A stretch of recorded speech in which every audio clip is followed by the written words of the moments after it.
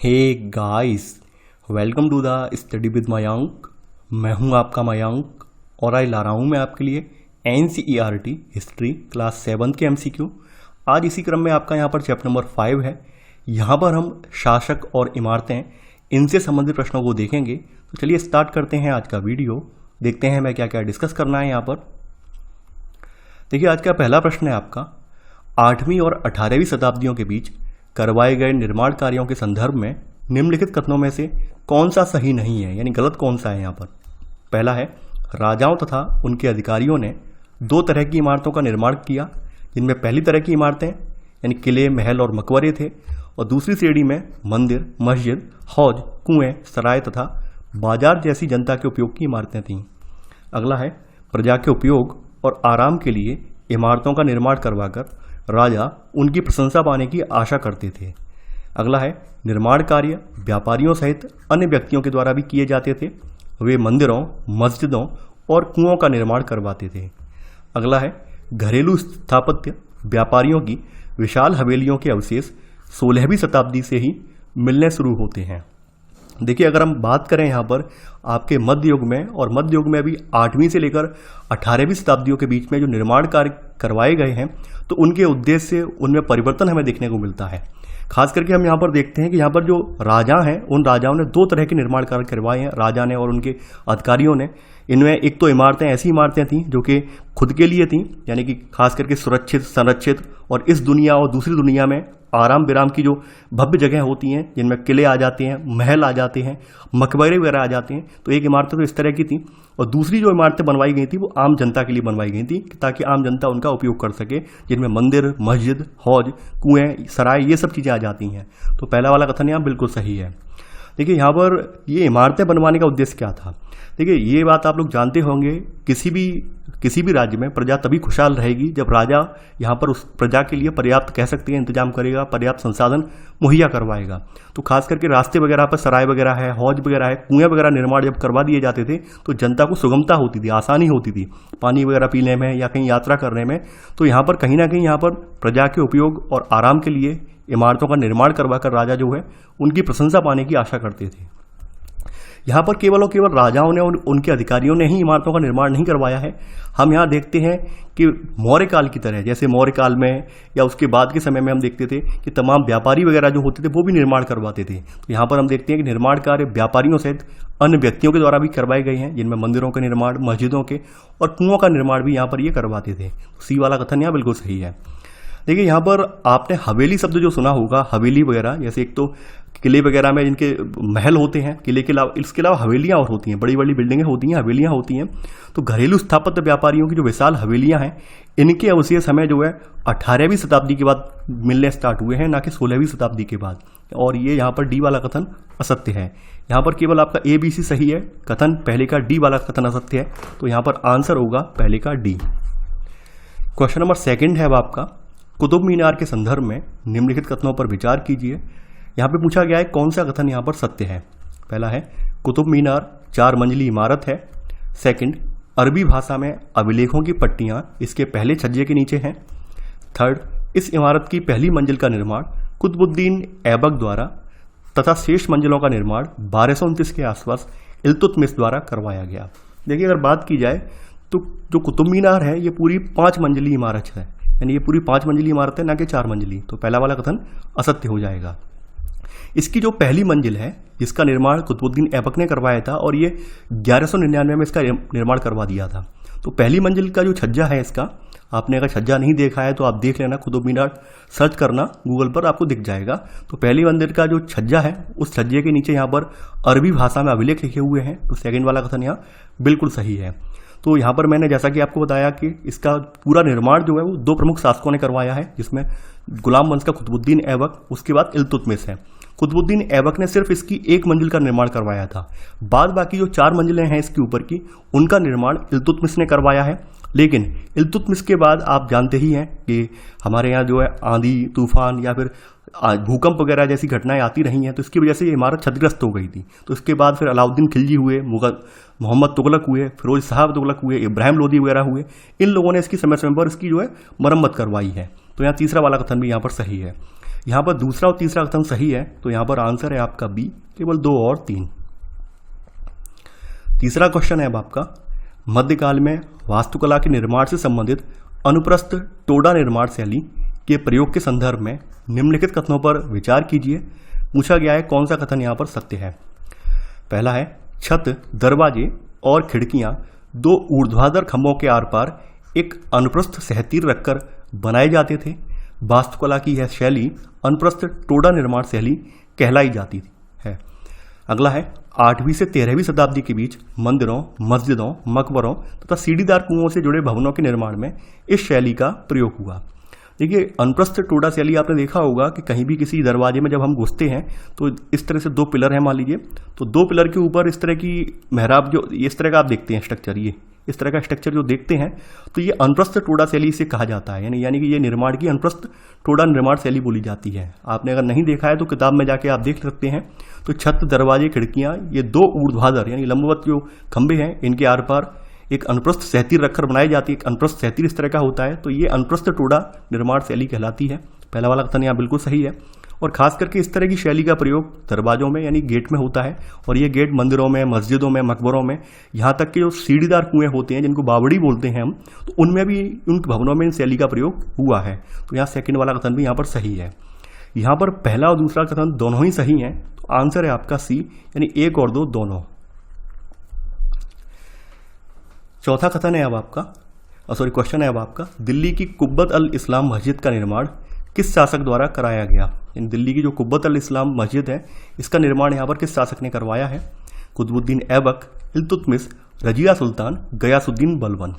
देखिए, जैसा कि मैंने आपको बताया था प्रीवियस चैप्टर में कि दिल्ली जो था एक समय पूरा जैन मंदिरों का और कह सकते हैं जैन समुदाय का वहाँ पर बोलबाला था।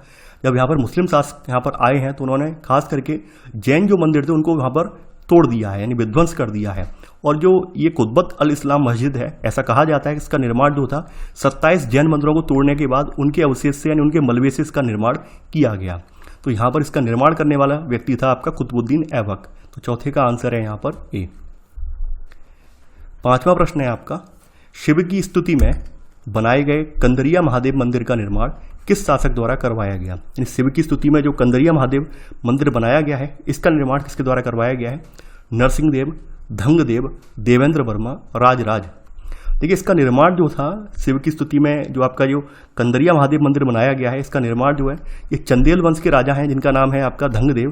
तो इन्होंने जो है 999 ईस्वी में इसका निर्माण पूरा करवाया था, 999 ईस्वी में। तो यहाँ पर आपका पहला कथन आपका बिल्कुल सही है। यहाँ पर बी वाला कथन यहाँ सही है, मैं पहला बोल रहा हूँ, बी वाला कथन यहाँ पर 5वें का बी सही है। 6वां प्रश्न है अब आपका, कथन है दिया है और यहाँ पे कारण दिया है, बताना है कथन कारण सही है या नहीं है। कथन है आपका, खजुराहो समूह में राजकीय मंदिर सम्मिलित थे जहाँ सामान्य जनमानस को जाने की अनुमति नहीं थी। कारण, इनमें केवल राजा, उनका निकटतम परिवार और पुरोहित एकत्रित होते थे। देखिए, खजुराहो समूह में हमें कुछ मंदिर ऐसे भी देखने को मिलते हैं जो केवल राजकीय मंदिर थे, यानी राजा के, खास करके राजा के किसी इष्ट देव के मंदिर थे, तो वहाँ पर केवल राजकीय परिवार ही जा सकता था और कोई जाने की, सामान्य व्यक्ति को जाने की अनुमति नहीं थी। तो यहाँ पर केवल राजा, उनके निकटतम परिवार और पुरोहित ही यहाँ पर अनुष्ठान वगैरह के लिए एकत्रित होते थे। सामान्य जनमानस के लिए ये मंदिर यहाँ पर नहीं खोले गए थे। तो यहाँ पर कथन भी सही है और कारण भी सही है, यानी ए और आर दोनों सही हैं और आर ए का सही स्पष्टीकरण है। 7वां प्रश्न है अब आपका, तंजावुर के राजराजेश्वर मंदिर का निर्माण किस चोल शासक द्वारा करवाया गया।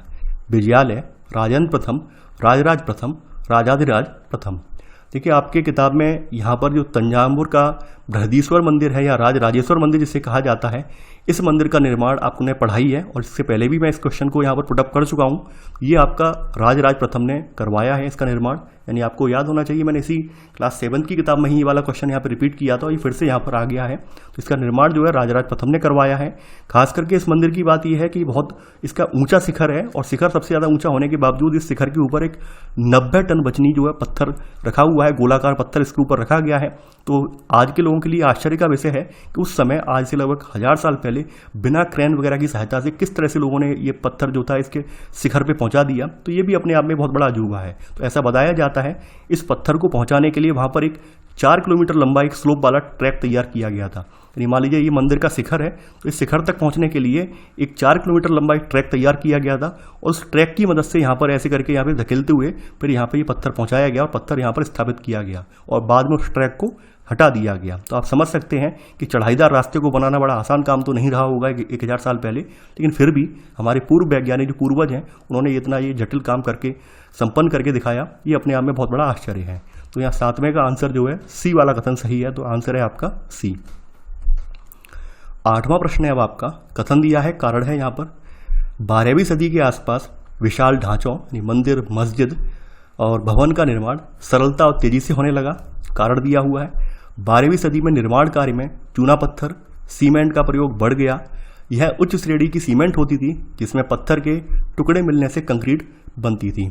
देखिए हम यहाँ पर देखते हैं कि 12वीं शताब्दी में हमें कुछ प्रौद्योगिकी परिवर्तन देखने को मिले हैं। उनमें सबसे बड़ा परिवर्तन ये था कि यहाँ पर 12वीं सदी के आते आते यहाँ पे मंदिर, मस्जिद या भवन निर्माण जो है बहुत तेजी से होने लगा है। इससे पहले इतनी तेजी से नहीं होता था, लेकिन इस समय तेजी से होने लगा है। क्यों होने लगा है? क्योंकि यहाँ पर जो चूना पत्थर की टेक्निक है और सीमेंट का जो प्रयोग है, चूना पत्थर के प्रयोग करके सीमेंट जो बनाई जाती है उसका प्रयोग बढ़ गया है और ऐसे करके यहाँ पर जो उच्च श्रेणी की सीमेंट तैयार होती थी उससे बड़ी आसानी से कहीं भी ये पत्थर के टुकड़े मिला के कंक्रीट मिलाकर जो है कहीं भी भवन का निर्माण कर सकते थे।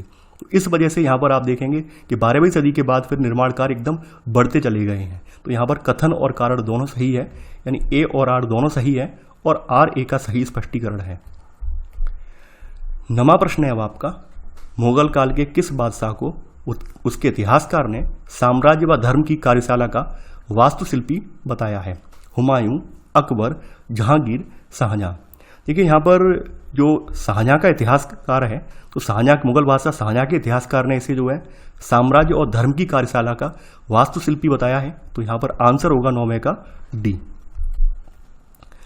10वां प्रश्न है अब आपका, निम्नलिखित में से किस मुगल बादशाह ने अपनी राजधानी शाहजहानाबाद को बनाया है? यानी कि यहाँ पर कौन सा ऐसा मुगल बादशाह है जिसने अपनी राजधानी को शाहजहानाबाद बनाया है? जहांगीर, शाहजहां, औरंगजेब, दारा शिकोह। देखिए यहाँ पर 1638 ईस्वी में यहाँ पर आपके शाहजहां ने अपनी राजधानी आगरा से दिल्ली स्थानांतरित की और यमुना किनारे अपनी एक नई राजधानी यानी शाहजहानाबाद स्थापित की है, इसका निर्माण करवाया है। और शाहजहां ने यहाँ पर लाल बलुए पत्थर से एक मजबूत किले का निर्माण भी करवाया है, जो कि आज लाल किले के नाम से विख्यात है। आप जानते हैं लाल किले की प्राचीर पर झंडा फहराया जाता है हमारा। और दिल्ली के किले में आप जानते हैं शाहजहां ने यहाँ पर दीवाने आम और दीवाने खास का निर्माण भी करवाया था। तो यहाँ 10वें का आंसर होगा आपका बी वाला। 11वां आपका प्रश्न है, निम्नलिखित में से किस शासक ने दहली ए कोहना यानी वर्तमान दिल्ली के एकदम निकट एक विशाल तालाब का निर्माण करके व्यापक सम्मान प्राप्त किया और इस विशाल जलाशय को हौज ए सुल्तानी अथवा राजा का तालाब कहा जाता था? यानी ये जो निर्माण करवाया है इस तालाब का, ये किसने करवाया है ये आपको बताना है। और इसको तालाब को क्या कहा जाता था? हौज ए सुल्तानी अथवा राजा का तालाब। देखिए यहाँ पर आप देखेंगे कि यहाँ पर 4 ऑप्शन दिए हैं, मोहम्मद तुगलक, बलबन, अलाउद्दीन खिलजी, इल्तुतमिश। यहाँ पर इस तालाब का निर्माण जो है इल्तुतमिश ने करवाया है, यानी सुल्तान इल्तुतमिश ने यहाँ पर दहली ए कोहना के एकदम निकट एक विशाल तालाब का निर्माण करके यहाँ पे व्यापक सम्मान प्राप्त किया है। क्योंकि उस समय पानी जो था एक बहुमूल्य धरोहर था और ऐसा माना जाता था कि अगर मान लीजिए जिस इलाके में पर्याप्त वर्षा नहीं होती है वहाँ पर अगर शासक इस तरह की कृत्य कर देता था, इस तरह का काम कर देता था, तो जनता बहुत खुश होती थी, क्योंकि उसे आसानी से पानी पीने को उपलब्ध हो जाता था। यानी कि जो भी उसके मवेशी वगैरह उन सबके लिए पानी उपलब्ध हो जाता था, तो जनता जो है राजा का कह सकते हैं प्रशंसा करती थी।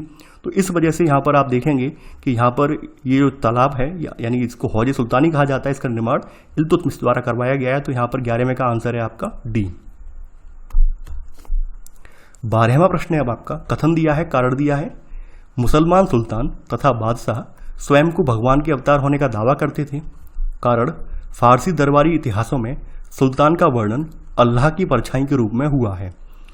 यहाँ पे बताना है कि क्या ये करते थे या नहीं करते थे। तो देखिए कथन यहाँ पर जो दिया हुआ है, जो बताया गया है कि मुसलमान जो हैं, मुस्लिम शासक जो हैं स्वयं को अल्लाह का स्वयं को भगवान अवतार होने का दावा करते थे, ये दावा इस तरह का नहीं करते थे। यहाँ पर देखने की बात ये है कि मुस्लिम शासक हों या बादशाह हों, ये स्वयं को भगवान का अवतार नहीं बताते थे, बल्कि यहाँ पर ये कहते थे कि दरबारी इतिहास में ये बताया गया है कि सुल्तान का वर्णन जो है अल्लाह की परछाई के रूप में हुआ है। और दिल्ली की एक मस्जिद के एक अभिलेख से भी ये पता चलता है, यहाँ पर अलाउद्दीन खिलजी के बारे में अभिलेख ये मिला हुआ है कि अलाउद्दीन खिलजी को शासक इसलिए चुना गया था क्योंकि उसमें अतीत के जो महान विधिकर्ता जिन्हें मूसा कहा जाता है और सुलेमान की विशिष्टताएं परछाएं मौजूद थी, इस वजह से उसे चुना गया है। तो इस वजह से इन्हें क्या है, एक परछाई के रूप में देखा गया है, यानी ये कह सकते हैं अल्लाह का भेजा हुआ एक बंदे के रूप में देखा गया है, ना कि स्वयं भगवान के अवतार के रूप में। यानी कथन यहाँ पर असत्य है, केवल कारण सही है, यानी ए सही है परंतु सॉरी यहाँ पर ए गलत है परंतु आर सही है। तो यहाँ पर 12वें का जो आंसर होगा वो है डी वाला, यानी ए गलत है लेकिन आर सही है। 13वां प्रश्न है अब आपका, यहाँ भी कथन और कारण दिया हुआ है। राजा और उसके देवता के नाम काफ़ी मिलते जुलते हैं। कारण, राजा इस तरह के नाम इसलिए रखते थे क्योंकि यह नाम मंगलकारी थे और राजा स्वयं को ईश्वर के रूप में दिखाना चाहता था। देखिए यहाँ पर हम देखेंगे, यहाँ पर कुछ हमें राजा ऐसे देखने को मिलते हैं जिन्होंने अपने नाम जो है अपने इष्ट देव से जोड़कर रखे हैं। खास करके आपके चोल राजा जो है राज राजेश्वर हैं, आप नाम उनका ले सकते हैं, जैसे राज राजेश्वर मंदिर का उन्होंने निर्माण करवाया, तो ये इनके देवता थे राज राजेश्वरम, तो ये इनकी उपासना किया करते थे, तो उन्हीं के नाम पर राज इन्होंने अपना नाम रख लिया। तो राजा ने इस तरह का नाम इसलिए रखा है क्योंकि ये मंगलकारी था और राजा स्वयं को ईश्वर के रूप में दिखाना चाहता था, तो इस वजह से राजा ने ये नाम रखा। तो यहाँ पर ए और आर दोनों सही हैं और आर ए का सही स्पष्टीकरण है। तो 13वें का आंसर है आपका ए। 14वां प्रश्न है अब आपका, आबाद और आबादी शब्द की उत्पत्ति कौन सी भाषा के शब्द से हुई है? यानी ये दो शब्द हैं आपके सामने, एक आबाद है और दूसरी है आबादी। इस शब्द की उत्पत्ति कौन सी भाषा के शब्द से हुई है? उर्दू, अरबी, फारसी। देखिए यहाँ पर इसकी जो इन दोनों शब्दों की उत्पत्ति एक फारसी शब्द है जिसका नाम है आब। आब का जो अर्थ होता है, इसका अर्थ होता है पानी, ठीक है। तो आबाद शब्द उस जगह के लिए इस्तेमाल होता है जहाँ पे बसावट हो, और इसका एक अन्य अर्थ ये भी है, यानी खुशहाली। यानी हम आबाद का मतलब कई बार खुशहाली के अर्थ में भी लगाते हैं, कई बार बसावट के अर्थ में लगाते हैं, तो कई बार खुशहाली के अर्थ में लगाते हैं। और आबादी का अर्थ हम यहाँ पर जनसंख्या और समृद्धि दोनों के रूप में लगाते हैं। तो आब का मतलब है पानी। तो आप लोग जानते होंगे प्राचीन समय में जो भी बस्तियां बसाई जाती थी वो खास करके जो प्राकृतिक जल के स्रोत हैं उनके किनारे बसाई जाती थी, क्योंकि आज की तरह कृत्रिम संसाधन तो थे नहीं कि भाई मोटर होगी, पाइप डाल लेंगे, पानी आ जाएगा, इस तरह के संसाधन तो थे नहीं। ज़्यादातर लोग प्राकृतिक संसाधनों पर डिपेंड थे। तो इसलिए यहाँ पर आब और आब से ही ये दोनों शब्द निकले हुए हैं, आबाद और आबादी। तो ये फारसी भाषा के शब्द हैं। तो यहाँ पर 14वें का आंसर है आपका सी। 15वां प्रश्न है अब आपका, हरमंदिर साहब किस पवित्र स्थल का एक नाम है? मीनाक्षी मंदिर, स्वर्ण मंदिर, कंदरिया महादेव मंदिर, नागेश्वर मंदिर। देखिए हरमंदिर साहब आपका स्वर्ण मंदिर को कहा जाता है। अच्छा, इसके बारे में इसके इतिहास के बारे में, कब बनाया गया, किसने बनवाया, ये आप कमेंट में बताएंगे। कुछ चीज़ें आपसे भी मैं प्रश्न पूछा करूंगा ताकि मैं देखना चाहता हूँ कितने लोग एक्टिव रूप से यहाँ पे पढ़ रहे हैं और कितने लोग पैसिव रूप से पढ़ रहे हैं, पता तो चले। यानी आपको अगर बेसिक नहीं आता हो तो गूगल करके बताइए, लेकिन बताइए जरूर। आप सीखेंगे, आप जानेंगे, आप सर्च करेंगे तो कुछ तो आपको नॉलेज मिलेगी। तो आपको इसका आंसर बताना है। तो यहाँ पे 15वें का आंसर भी मैंने बता ही दिया है। स्वर्ण मंदिर के बारे में, इसके इतिहास के बारे में ब्रीफ में जानकारी आपको नीचे कमेंट में देनी है। 16वां प्रश्न है अब आपका, युद्ध अभियानों के दौरान मंदिरों पर किए जाने वाले आक्रमणों के संदर्भ में निम्नलिखित कथनों पर विचार कीजिए। पूछा गया है कौन सा कथन यहाँ पर सत्य है। पहला है, राजा मंदिरों का निर्माण अपनी शक्ति, धन संपदा और ईश्वर के प्रति निष्ठा के प्रदर्शन हेतु करते थे।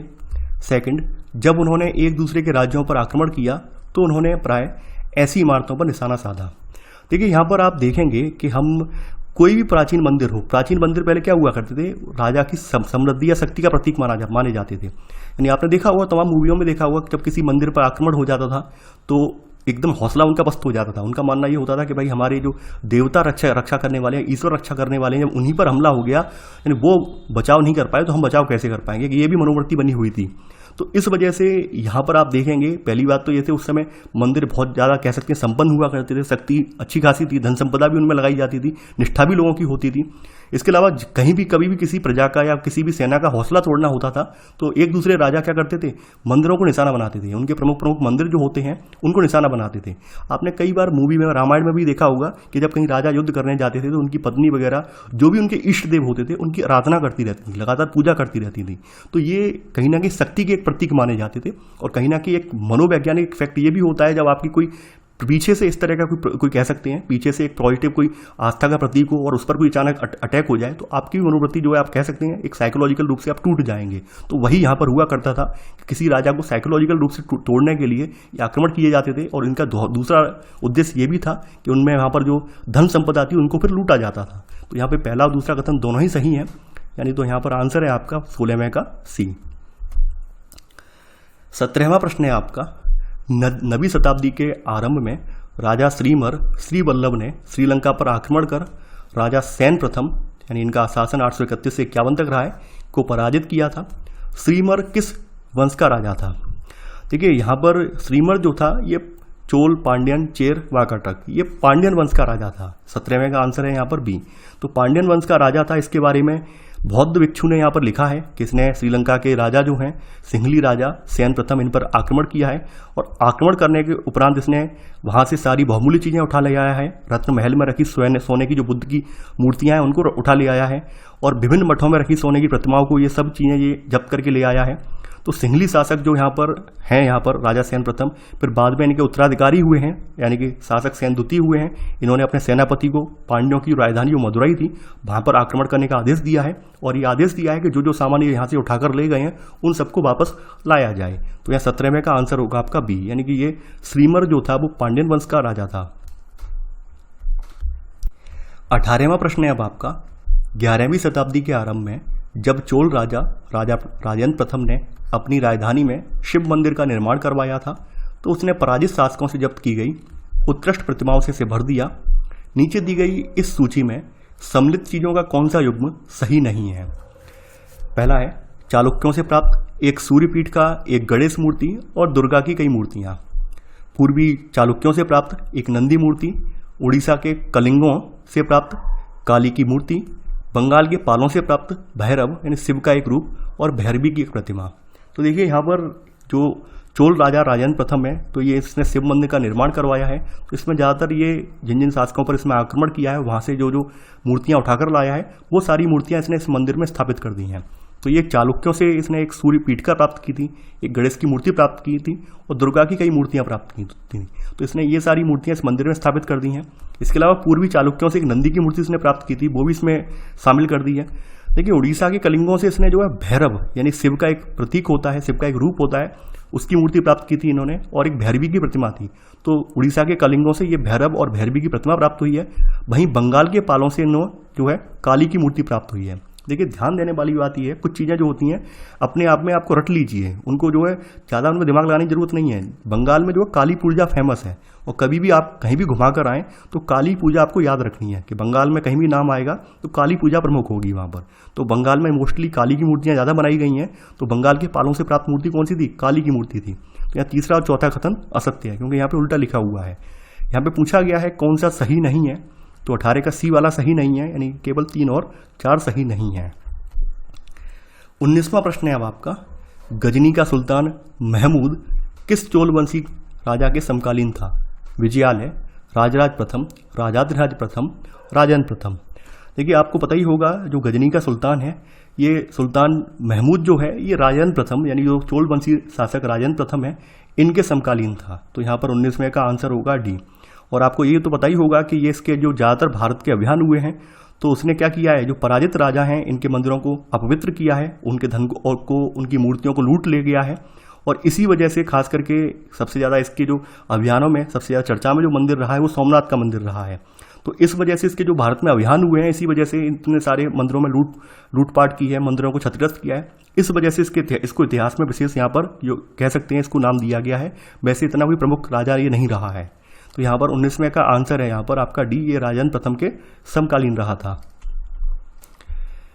20वां प्रश्न है आपका। शालीमार का सीढ़ीदार चारबाग किस राज्य में अवस्थित है? जम्मू और कश्मीर, हिमाचल प्रदेश, उत्तराखंड, उत्तर प्रदेश। ठीक है, ये शालीमार का जो सीढ़ीदार चारबाग है इसका निर्माण जो था जहांगीर के काल में करवाया गया था और ये जब कश्मीर में स्थित है यानी जम्मू और कश्मीर में स्थित है। तो ये कश्मीर में आपके ये स्थित है शालीमार का सीढ़ीदार चारबाग। तो यहाँ 20वें का आंसर होगा ए वाला। 21वां प्रश्न है अब आपका। दिल्ली स्थित जामा मस्जिद का निर्माण किस मुगल शासक ने करवाया था? हुमायूं, अकबर, शाहजहां, जहांगीर। देखिए दिल्ली की जो जामा मस्जिद है तो जामा मस्जिद का निर्माण यहाँ पर शाहजहां ने करवाया था। तो 21वें का आंसर है आपका सी। 22वां प्रश्न है अब आपका। लाल महल बारी में चारबाग को तटीय बाग के रूप में अपनाया गया। यह तटीय बाग किस राज्य में अवस्थित है? गुजरात, महाराष्ट्र, उड़ीसा, बंगाल। देखिए ये पुणे महाराष्ट्र में स्थित है, सॉरी गुजरात लगा रहा हूँ मैं यहाँ पर ऑप्शन, ये पुणे महाराष्ट्र में स्थित है। तो यहाँ पर 22वें का आंसर होगा आपका बी, यानी कि जो लाल महल बारी में जो चारबाग बनाया है 30 बाग के रूप में फेमस है ये, तो ये पुणे महाराष्ट्र में स्थित है। तो यहाँ पर 22वें का आंसर होगा आपका बी वाला। अगला प्रश्न है हमारा अब, मुगल स्थापत्य कला के अंतर्गत चारबाग शैली के संदर्भ में निम्न कथनों पर विचार कीजिए। पूछा गया है कौन सा कथन यहाँ पर असत्य है। पहला है चारबाग बनाने की परंपरा हुमायूं के समय से शुरू हुई।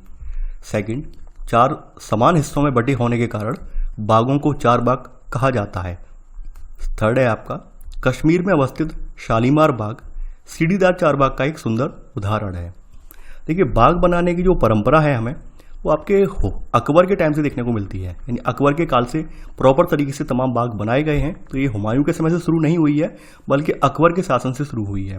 पहला वाला कथन असत्य हो जाएगा। चारबाग नाम क्यों पड़ा? क्योंकि ये 4 समान हिस्सों में बटे होते थे, इस वजह से चारबाग कहलाए। तो यहाँ पर सेकंड वाला कथन बिल्कुल सही है।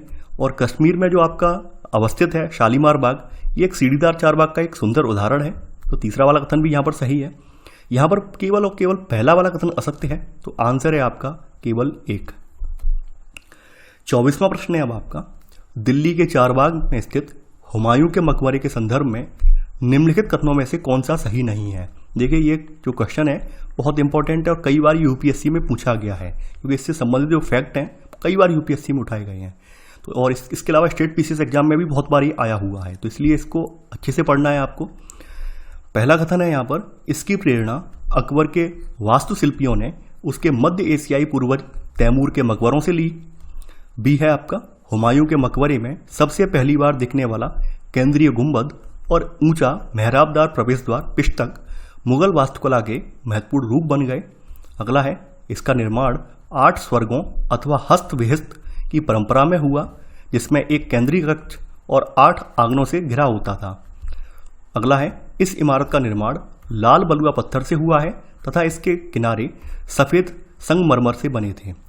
देखिए अगर बात की जाए तो अकबर ने अपने जो पिता हैं हुमायूं, इनका जो मकबरा बनवाया है ये दिल्ली के एक चारबाग में बना हुआ है। तो इसकी जो प्रेरणा ली हुई है, यानी इसको बनाने की जो इसका वास्तुशिल्प है पूरा, आर्किटेक्ट जिसे हम बोलते हैं, उसकी डिज़ाइन वगैरह है, तो इसकी डिज़ाइन मध्य एशियाई पूर्वज जो तैमूर है, तो तैमूर के मकबरों से इसकी डिज़ाइन ली गई है। तो पहला वाला कथन यहाँ बिल्कुल सही है। तो हुमायूं के मकबरे में सबसे पहली बार यहाँ पर दिखने वाला एक केंद्रीय गुंबद हमें दिखता है सबसे पहले। इसके अलावा ऊंचे मेहराबदार प्रवेश द्वार जिनको पिष्टक कहते हैं, तो ये मुगल वास्तुकला के महत्वपूर्ण रूप यहाँ पर बन गए हैं। तो बी वाला कथन भी सही है। इसका निर्माण जो है 8 स्वर्गों अथवा हस्त बेहस्त वाली जो परंपरा है इसमें हुआ था। ये बिल्कुल यहाँ तक तो बिल्कुल सही है। इसमें केंद्रीय कक्ष है यहाँ पर, यानी कि यहाँ पर कब्र है जिसमें केंद्रीय कक्ष में, और इसके चारों ओर 8 आंगन नहीं है बल्कि 8 कमरे हैं, यानी इसके केंद्रीय कक्ष के चारों ओर 8 कमरे बने हुए हैं, 8 आंगन नहीं है। तो यहाँ पर सी वाला कथन गलत हो जाएगा। हालांकि सी वाला कथन जो है बाद बाकी सब सही है, लेकिन यहाँ पर 8 आंगन लिखा हुआ है, यही गलत है। इसमें 8 आंगन नहीं है बल्कि 8 कमरे से घिरा होता था ये। डी वाला कथन है आपका, इसका इमारत का निर्माण लाल बलुआ पत्थर से हुआ था और इसके किनारे सफ़ेद संगमरमर से बने थे। देखिए ये कई बार ये पूछा गया है कि जो आपकी हुमायूं का मकबरा है ये किस पत्थर से बना हुआ है। ये कई बार आप इसमें अटक जाते हैं, कई बार कंफ्यूज हो जाते हैं। ये पूरी तरह से संगमरमर से नहीं बना है। कई बार अभ्यर्थी कंफ्यूज यहीं पे हो जाते हैं कि उन्हें लगता है कि शायद ये संगमरमर से बना है। नहीं, ये पूरी तरह से लाल बलुआ पत्थर से बना है। सिर्फ इसके किनारों पर संगमरमर की थोड़ी यहाँ पर जो है कह सकते हैं जो है संगमरमर लगाया गया है। पूरी तरह से संगमरमर यहाँ पर नहीं लगाया गया है, केवल किनारों पर लगाया गया है। तो यहाँ पर आपका ABD कथन सही है। सी वाला कथन असत्य है। तो 24वें का आंसर है आपका सी। 25वां प्रश्न है अब आपका, शाहजहां के शासनकाल में चिहिल सुतुन अथवा 40 खम्भों का सभा भवन किसे कहा जाता था? मोती महल, शाही हमाम, हौज खास, दीवाने आम और दीवाने खास। देखिए यहाँ पर आप देखेंगे शाहजहां के शासन में लगातार निर्माण कार्य चलते रहे हैं, खास करके आगरा और दिल्ली में। तो वहाँ पर उसकी जो सार्वजनिक और व्यक्तिगत सभा जो वाले कमरे थे, सार्वजनिक वाला जो था वो दीवाने आम था और दीवाने खास जो था वो व्यक्तिगत सभा वाला था, यानी खास लोगों के साथ मीटिंग वाला जो कमरा था। तो यहाँ पर इनको बनाने की योजना बहुत सावधानीपूर्वक बनाई गई थी और ये जो कमरे यहाँ पर बनाए गए थे ये 40 खम्भों वाले सभा भवन थे यहाँ पर, तो इसलिए इन्हें चिहिल सुतुन भी कहा जाता था। तो यहाँ पर डी वाला कथन सही है, दीवाने आम और दीवाने खास। 26वां प्रश्न है अब आपका, शाहजहां के सभा भवनों के संदर्भ में निम्नलिखित कथनों पर विचार कीजिए। पूछा गया है कौन सा कथन यहाँ पर असत्य है। पहला है, शाहजहाँ के सभा भवन विशेष रूप से मंदिरों से मिलते जुलते बनाए गए थे। सेकंड, उसका सिंहासन जिस मंच पर रखा गया था उसे प्राय किबला यानी कि नमाज के दौरान जो मुसलमानों के सामने की दिशा होती है उसको कहा जाता था, तो उस समय उस किबला के तरफ इसका सिंहासन था। इन वास्तुकलात्मक अभिलक्षणों का इस ओर इशारा था कि राजा पृथ्वी पर ईश्वर का प्रतिनिधि था। देखिए यहाँ पर अगर देखा जाए तो शाहजहाँ का जो सभा भवन था, जिसको हम चहल सुतून के नाम से जानते हैं या 40 खम्भों वाला भवन के रूप में जानते हैं, ये खास करके कहाँ से लिया गया है, ये मस्जिदों से मिलता जुलता है, ना कि मंदिरों से। तो यहाँ पर आपका ये वाला कथन पहला वाला गलत हो जाएगा। और इसका सिंहासन जिस मंच पर रखा था उसे प्राय किबला कहा जाता था, यानी जैसे आप देखते होंगे कि जो मुस्लिम लोग नमाज पढ़ते हैं वो किबला की ओर मुंह करके पढ़ते हैं, तो खास करके जो भी यहाँ पर फरियादी बैठते थे वो राजा की ओर अपना मुंह करके बैठते थे। तो इसके सिंहासन को क्या कहा जाता था, यानी कि यहाँ पर जिस मंच पर रखा था उसको किबला कहा जाता था। तो यहाँ पर बी वाला कथन भी सही है। खास करके आप देखेंगे जो इस तरह का यहाँ पर जो अभिलक्षण दिखाए गए हैं वास्तुकलात्मक रूप से, इस तरह के सारा जो दिखाया गया है, ये सारा किस बात का है, ये सारा इस बात का है कि राजा पृथ्वी पर ईश्वर का प्रतिनिधि था। तो यहाँ पर सी वाला कथन भी आपका सही है। केवल आपका ए वाला कथन असत्य है, तो आंसर है यहाँ पर केवल 26वें का ए। 27वां प्रश्न है अब आपका, मुगल वास्तुकला से संबंधित पितरादूरा क्या है? मस्जिद निर्माण की तकनीक, संगमरमर अथवा बलुआ पत्थर को अलंकृत करने की तकनीक, युद्ध के दौरान बनाई जाने वाली व्यूह रचना, मकबरा निर्माण की तकनीक। देखिए पितरादूरा जो है ये उत्कीर्णित संगमरमर या फिर बलुआ पत्थर पर जो रंगीन ठोस पत्थरों को दबाकर जो बनाए गए सुंदर अलंकृत नमूने होते हैं उस तकनीक को पितरादूरा कहते हैं। खास करके ताजमहल में इसका इस्तेमाल बहुत ज़्यादा हुआ है, यानी आप देखते हो पत्थर के भीतर पत्थर डालकर उन्होंने जो फूल पत्ती सजाए हैं वो पितरादूरा तकनीकी है। तो यहाँ पर बी वाला कथन सही है, तो 27वें का आंसर होगा आपका बी। 28वां प्रश्न है अब आपका, मुगल काल की नदी तटबाग योजना के संदर्भ में निम्नलिखित कथनों पर विचार कीजिए। पूछा गया है यहाँ पर कौन सा कथन यहाँ पर सही है। पहला है, शाहजहां ने ताजमहल के नक्शे में नदी तटबाग की योजना अपनाई। सेकंड, नदी तटबाग के अंतर्गत निर्माण कार्य नदी तटों के आसपास बाग के बिल्कुल किनारे पर होता था। तो यहाँ पर देखिए पहला वाला कथन बिल्कुल सही है। शासन यानी कि आपने देखेंगे शासन के आरंभिक वर्षों में शाहजहां की राजधानी जो थी कहाँ थी, आगरा थी, और इसके बाद वो अपने जो उसने घरों का निर्माण करवाया है, जो विशिष्ट वर्ग के जो घर हैं इनके निर्माण खास करके यमुना नदी के तटों पर करवाया गया है। और इसका निर्माण चारबाग की रचना के ही समान इन्होंने औपचारिक बागों की तरह ही यहाँ पर इसका निर्माण करवाया। जो भी घर बनवाए गए हैं उनमें चारबाग की योजना जो होती थी वही योजना यहाँ पे अपनाई गई है। तो इस तरह से इन्हें नदी तटबाग कहा गया है। तो पहला वाला कथन यहाँ बिल्कुल सही है। और शाहजहां की योजना के अंतर्गत ही यहाँ पर अन्य बाग भी थे जिन्हें इतिहासकारों ने फिर नदी तटबाग की संज्ञा दी। तो ये खास करके आप देखेंगे नदी तट बाग के अंतर्गत निर्माण कार्य जो हुए हैं वो नदी तटों के आसपास बिल्कुल जो है यमुना के किनारे के आसपास होता था। तो यहाँ पर पहला दूसरा कथन दोनों ही सही हैं। तो आंसर है आपका सी, 1 और 2 दोनों। अगला प्रश्न है अब आपका, पौराणिक यूनानी देवता ऑर्फियस किससे संबंधित है? नृत्य, युद्ध, वास्तुशिल्प, संगीत। देखिए यहाँ पर हम देखते हैं जो शाहजहां का जो बादशाह यहाँ बैठते थे सिंहासन, तो यहाँ पर सिंहासन के पीछे पितरादूरा का जड़ाऊ काम इसकी एक श्रृंखला बनाई गई थी। और इसमें एक पौराणिक यूनानी देवता जिसको ऑर्फियस के नाम से जाना जाता है, इसको वीणा बजाते हुए दिखाया गया था, यानी कि वाद्य यंत्र बजाते हुए दिखाया गया था। तो यानी इसका संबंध किससे है? संगीत से है। तो इसका ऐसा माना जाता है, इसके बारे में ऐसी किंवदंतियां या कहावतें प्रचलित हैं कि जो ऑर्फियस है इसका संगीत आक्रामक जानवर को भी शांत कर देता था। तो यहाँ पर आप देख सकते हैं कि यहाँ पर शाहजहां के जो सिंहासन के पीछे जो पितरादूरा का काम हुआ है वहाँ पे ऑर्फियस को सजाया गया, ऑर्फियस को भी यहाँ पर उत्कीर्णित किया गया है। तो यहाँ पर 29वें का आंसर होगा आपका डी। 30वां प्रश्न है अब आपका, मुगलों के द्वारा वास्तुकला के क्षेत्र में छत निर्माण के लिए बांग्ला गुंबद तकनीक का प्रयोग किया गया। यह किस क्षेत्र की स्थानीय शैली थी? राजस्थान, बंगाल, दक्कन, ईरान। देखिए मुगल शासक जो हैं ये अपने भवनों के निर्माण में क्षेत्रीय जो वास्तुकलात्मक शैली है इसको अपनाने में विशेष रूप से ये बहुत ज़्यादा एक्सपर्ट थे, यानी इसको पीछे नहीं छोड़ते थे। जो चीज़ उन्हें पसंद आ जाती थी तुरंत एक्सेप्ट कर लेते थे उसको। तो इसी क्रम में उन्होंने जो बंगाल के स्थानीय शासक के द्वारा जो छप्पर की झोपड़ी के समान दिखने वाली छत निर्माण की तकनीक है, इस तकनीक को बांग्ला गुंबद को अपनी वास्तुकला में जो शामिल कर लिया है, इसको अपना हिस्सा बना लिया है। तो ये बंगाल की है। तो 30वें का आंसर होगा बी वाला। 31वां प्रश्न है अब आपका, वृंदावन के गोविंद देव मंदिर व फतेहपुर सीकरी के भवनों की भीतरी छतों में प्रयुक्त प्रतिच्छेदी मेहराब शैली किस क्षेत्र से आई है? अरब, गांधार, उत्तर पूर्वी ईरान, दक्षिण भारत। देखिए ये जो है आप देखेंगे, ये यानी कि अगर आप कभी फतेहपुर सीकरी गए हों या फिर कभी वृंदावन घूमने गए हों गोविंद देव मंदिर में, तो वहाँ अंदर की जो छत बनाई गई है उसमें इसी तरह से प्रतिच्छेदी मेहराब शैली बनाई हुई है, यानी मेहराब एक दूसरे को काटते हुए हैं। आप खास करके फतेहपुर सीकरी में तो इसको बहुतायत में देख सकते हैं, जितने भी भवन हैं मोस्टली उनके अंदर ये शैली देखने को मिलेगी आपको। तो ये उत्तर पूर्वी ईरान, जिसको हम खुरासान के नाम से जानते हैं, तो वहाँ से आई हुई है। ठीक है, उत्तर पूर्वी ईरान से ये ली गई है। तो यहाँ पर सी वाला कथन सही है, तो 31वें का आंसर होगा आपका सी। 32वां प्रश्न है अब आपका, फ्रांस के पेरिस में स्थित नोट्रे डेम चर्च वास्तुकला की कौन सी शैली का उदाहरण है? यानी कि फ्रांस के जो नोट्रे डेम में चर्च बना हुआ है, ये कौन सी वास्तुकला की शैली है, इसका उदाहरण है? बैजेंटीन, रोमन, कैथोलिक, गोथिक। देखिए यहाँ पर आप देखेंगे 12वीं शताब्दी में फ्रांस में जो आरंभ के भवनों की तुलना में यहाँ पे बहुत ऊंचे और हल्के चर्चों का निर्माण स्टार्ट हो गया है, और ये जो चर्चों की शैली है इसको गॉथिक कहते हैं। तो यहाँ पर फ्रांस के पेरिस में जो चर्च नोट्रे डेम है वो इसी गॉथिक शैली में बना हुआ है। तो 32वें का आंसर है आपका डी वाला। तो ये था हमारा आज का वीडियो। आई होप आपको ये वीडियो पसंद आया होगा। देखिए आप लोगों में से मैं देख रहा हूँ हमारा चैनल लगातार लाखों में पहुँच गया है, लेकिन वीडियो फिर भी हज़ारों लोगों तक नहीं पहुँच पा रही है। और उसके बाद फिर आप शिकायत करते हैं कि सर आप मेंस की तैयारी नहीं करवा रहे हैं, ये नहीं करवा रहे हैं, वो नहीं करवा रहे हैं। आप केवल पहले या दूसरे वीडियो तक तो आपकी जो ऊर्जा है, ऊर्जावान रहते हैं, उसके बाद आपकी एनर्जी बिल्कुल डाउन हो जाती है। फिर आप प्रश्न करते हैं सर तैयारी कहाँ से करें, कैसे करें। मेरे लिए सबसे बड़े मुझे ये सबसे खराब ये चीज़ लगती है आपके बारे में, आपको हर पल नया कंटेंट चाहिए।